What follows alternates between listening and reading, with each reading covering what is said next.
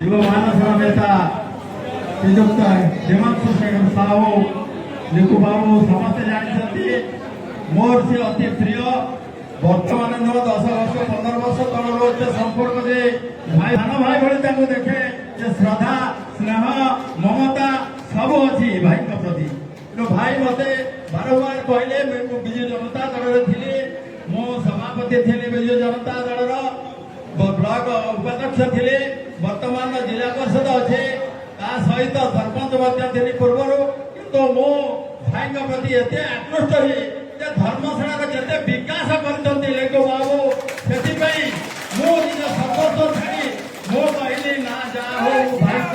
पाखे रही भाई कम करी राजा बाबू मत जिते प्रेरणा देते मो पाखे सब पहुंचे जे भाई तुम्हें जरा आम दल को जावाक पड़ो मु कहली तुम तो निजे मो पाखक आसुच मो भाई जे लिखु भाई सब मत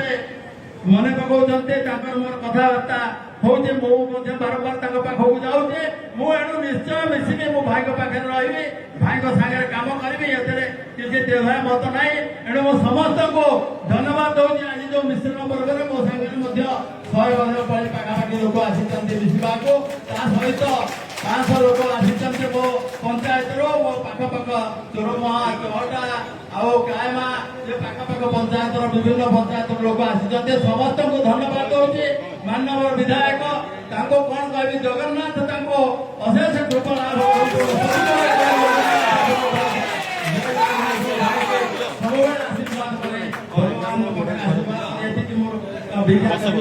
भाई मोर भले कहतो आमको मना